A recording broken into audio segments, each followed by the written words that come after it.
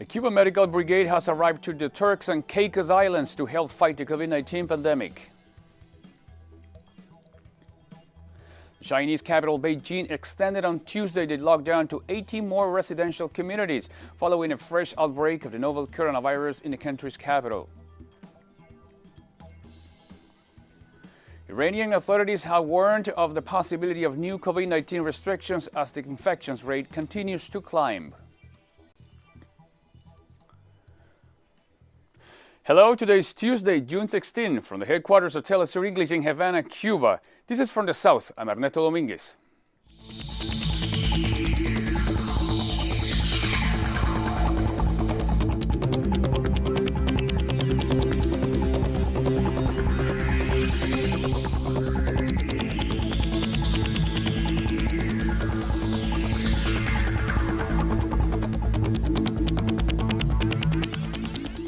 A Cuban medical brigade has arrived to the Turks and Caicos Islands to help fight the COVID-19 pandemic.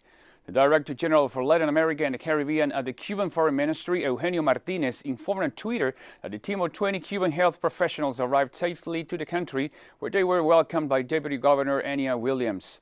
Similar brigades are already working in 28 countries, providing help in the face of the international health emergency.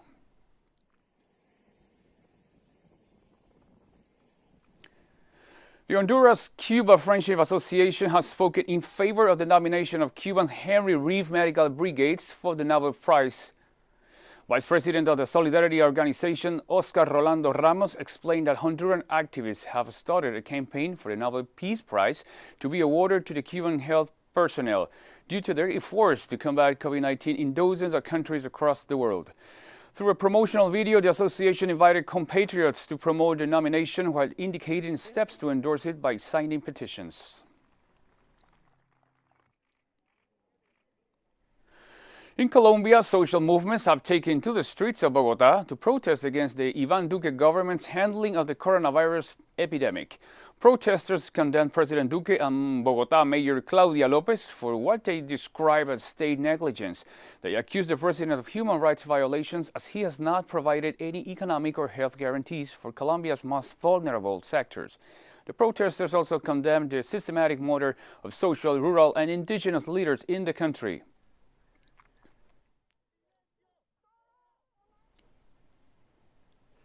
And protests also took place in the Colombian city of Medellin, where people demanded guarantees to comply with the lockdown, including a universal basic income until the crisis is over. The protests were met with violent repression by anti-riot police.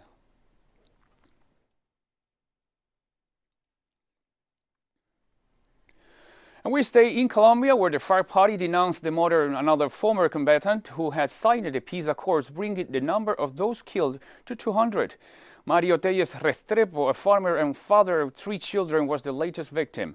The murder comes after repeated appeals from the international community to the government to enforce the rule of law and the fundamental rights of social leaders, as well as members of political parties and social movements.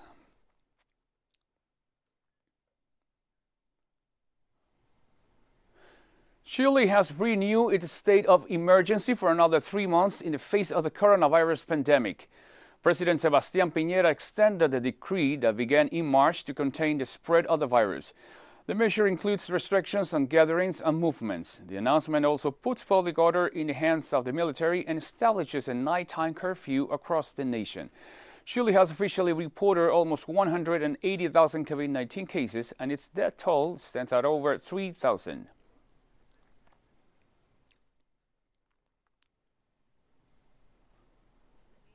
Meanwhile, several organizations in Chile presented a report to the United Nations on the situation of indigenous people during the pandemic. The document outlines the deep inequalities that these communities face and highlights their abandonment by the Chilean state due to the health crisis.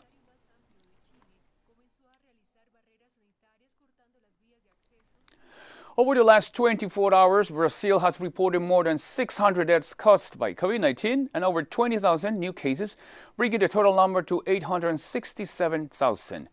These figures consolidate Brazil as the second worst hit country by the pandemic, second only the United States. So far, the total number of deaths exceeds 43,000. But health specialists say that By this Tuesday, the number could reach 50,000 and the number of infections could exceed 1 million. Analysts agree that a lack of testing is part of the government's strategies to hide the real figures.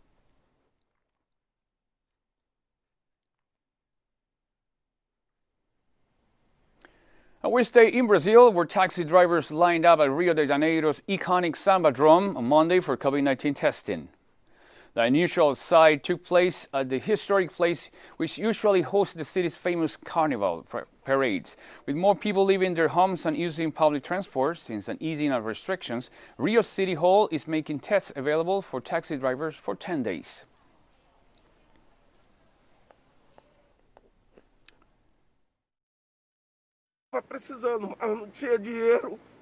I needed it to do the test. I had no money to do the test, and it's necessary. I felt a lack of air and noise in my chest while breathing. It's frustrating to close a shot because you have the feeling of failure.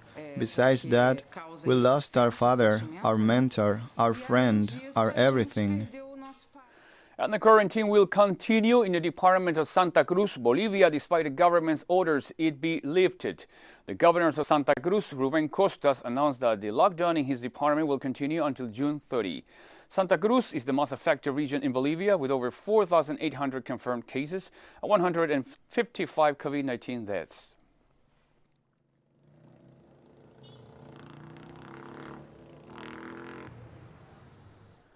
In Venezuela, the newly appointed authorities of the National Electoral Council have been officially sworn in at the body's headquarters in Caracas this Monday. The officials were appointed by the Supreme Court of Justice last Friday, following dialogue between the government led by President Nicolás Maduro and sectors of the opposition. Tibisay Lucena, who led the electoral body for 15 years in the midst of repeated far-right attacks, has been replaced. The body will now move to prepare parliamentary elections this year.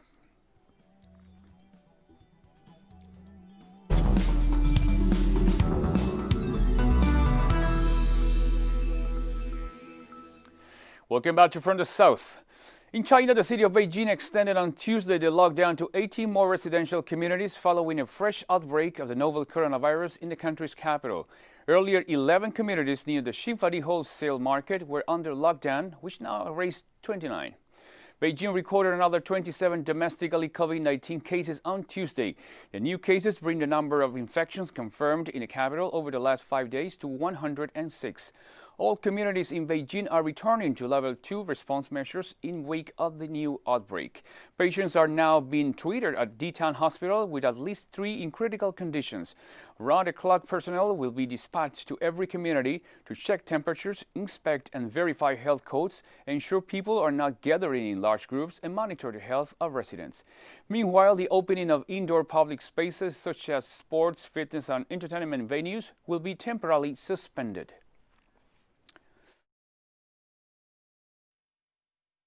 I think there are two possible reasons. The first possibility is the seafood or meat contaminated with the COVID-19 virus at the wholesale market is the source. Many seafood and meat are imported from abroad. Second possibility is that it's a simple human-to-human transmission outbreak. Considering the large stream of people at Xinfadi or wholesale market every day, people at the market are from all areas, and most people at the market are on the move. And the head of the World Health Organization, Tedros Adhanom Ghebreyesus, has called on all countries to remain alert on new outbreaks of the novel coronavirus. Countries that have demonstrated the ability to suppress transmission, countries must stay alert to the possibility of resurgence. Last week, China reported a new cluster of cases in Beijing after more than 50 days without a case in that city. More than 100 cases have now been confirmed. The origin and extent of the outbreak are being investigated. And activists marched in the U.S. state of Georgia this Monday, calling for lawmakers to pass a bill against hate crimes. The National Association for the Advancement of Colored People, along with Black Lives Matter protesters, marched peacefully to the Georgia State Capitol building, where the bill is under consideration. This comes 3 days after Rayshard Brooks, a 27-year-old African-American man, was shot and killed by a white police officer in the state capital, Atlanta, as the latest victim of systematic racism and police brutality in the United States. Georgia is one of only 4 states without hate crime law.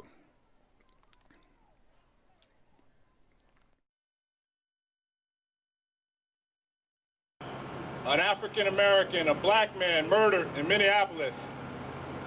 Some people woke up that day. Some people had to wake up that day for the first time. For me, I didn't see it that way.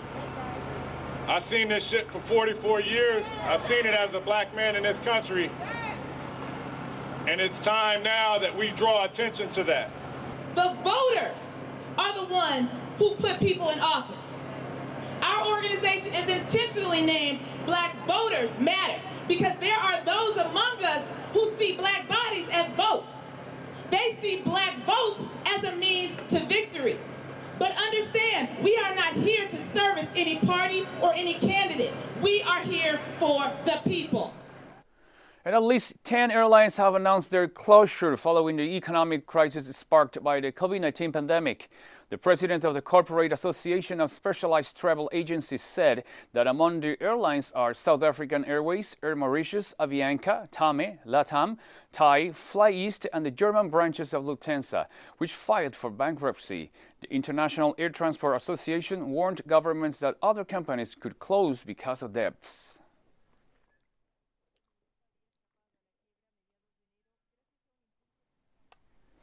Spain will start to open its borders with countries in the Schengen area. Spanish Prime Minister Pedro Sánchez announced that as of June 21st, authorities will begin to open the borders with European nations. The measures puts an end to the obligatory quarantine that travelers from Schengen countries had to comply with in order to be able to enter Spain. Portugal is the only exception on the request of its Prime Minister, with borders scheduled to reopen on July the 1st.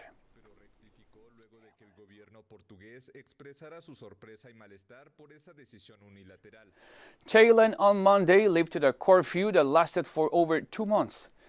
This comes as the country reported no local cases of new COVID-19 infections over the past 21 days. Meanwhile, the country is moving towards its phase 4 of lifting the lockdown, further easing restrictions on high-risk businesses and leisure activities. However, on the first night after the curfew was lifted, Thailand's total number of infections stands at 3,135, with 2,987 recoveries, while the death toll remains at 58. It's really great that our lives are gradually getting back to normal. Now we are free to stay outside either to grab something to eat or to do whatever something, and never need to rush back home before the curfew hour again. Life has really resumed, but I guess it is still sometimes, perhaps 2 to 3 months at least, for everything getting back to what it was before the COVID-19 outbreak. Iranian authorities have warned of the possibility of new COVID-19 restrictions as the infection rate continues to climb. The health ministry reported over 2,400 new coronavirus cases over the last 24 hours, bringing the total number to almost 190,000. Meanwhile, the death toll stands at nearly 9,000. Iranian authorities noted a lack of respect for social distancing measures at some places of worship and on public transport.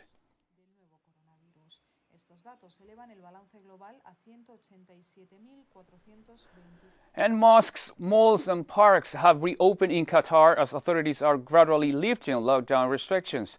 However, residents must follow strict social distancing rules and wear protective masks.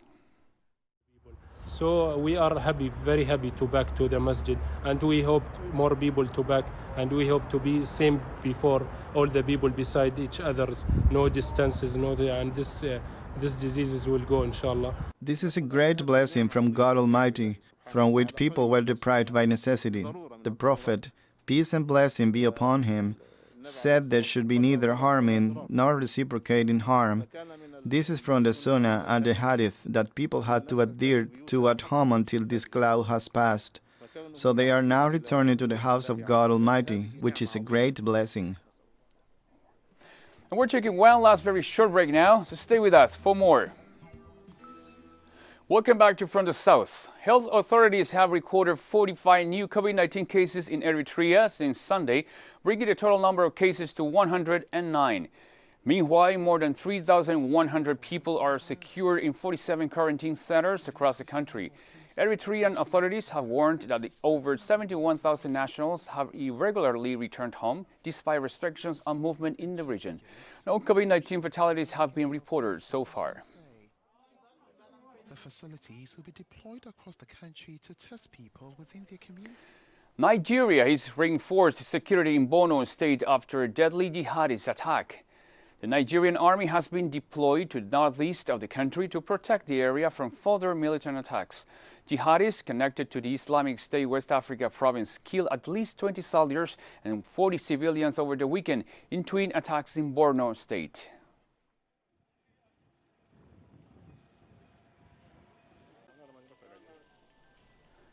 Many Zimbabweans have participated in the National Day of Prayer and fasted in the midst of the COVID-19 pandemic, as declared by the government. The event, held in the capital Harare, was attended by government officials and church leaders, while most people prayed in their homes due to the lockdown.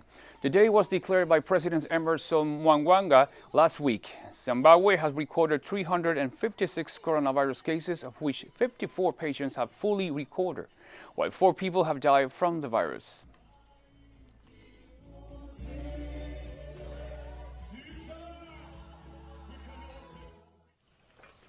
We have been gathered here for the past 2 hours or so, following the proclamation by His Excellency the President, Comrade Emerson Mnangagwa, declaring this day as a national day of prayer and fasting. This has been done against the background of the devastating pandemic of COVID-19 or coronavirus. And we stay in Zimbabwe, where infighting between splinter groups of the main opposition party has taken another twist as 2 factions claim control of members of the parliament. Thokozani Kupe, who was recently reinstated by the Supreme Court as the legitimate leader of the original movement for democratic change, claimed during the press briefing that 103 legislators who won elections under the other splinter group are now under her control. The faction won only 2 seats in parliament in the last elections. Tensions emerged when the splinter group, led by Nelson Chamisa, lost a court case in which they claimed to be the legitimate opposition party.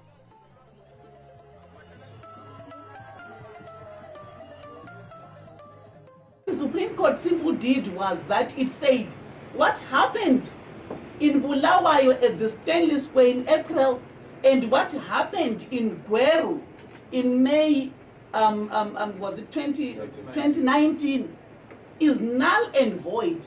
So both groups must go back and do what the Constitution says they must do.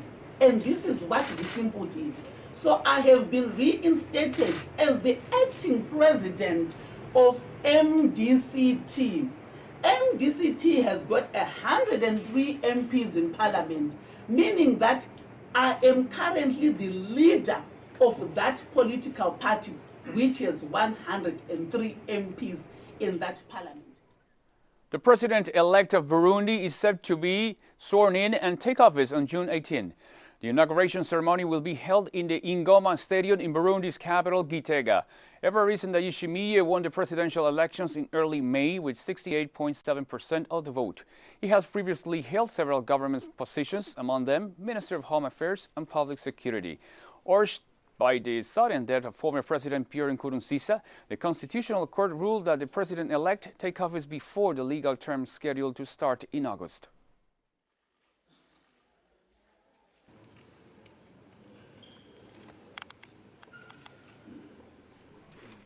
The Malian President Ibrahim Boubacar Keïta announced on Sunday his willingness to talk with the opposition leaders amid continuous demonstrations calling for his resignation. President Keïta stated he was looking forward to meeting with the leaders of the opposition movement. Demonstrations have been ongoing in Mali since the president's re-elections in March.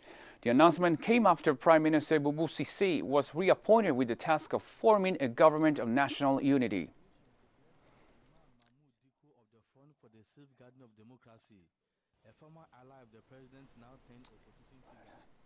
Egyptian authorities have called on families to adopt abandoned children amid the novel coronavirus pandemic.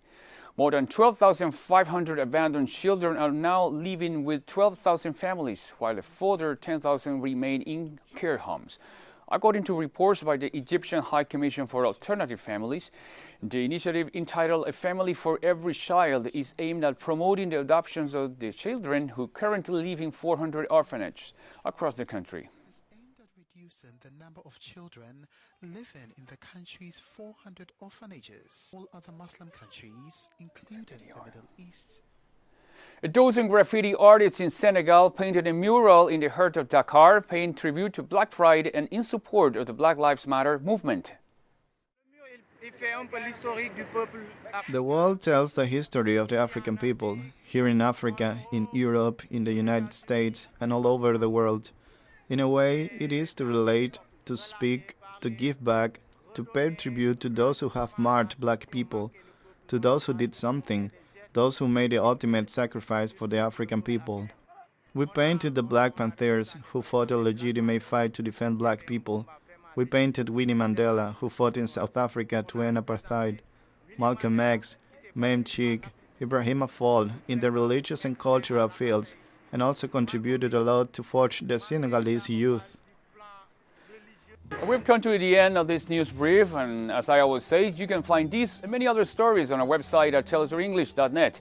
And join us also on social media, Facebook, Twitter, and Instagram. For Telesur English, I'm Ernesto Dominguez. Thank you for watching.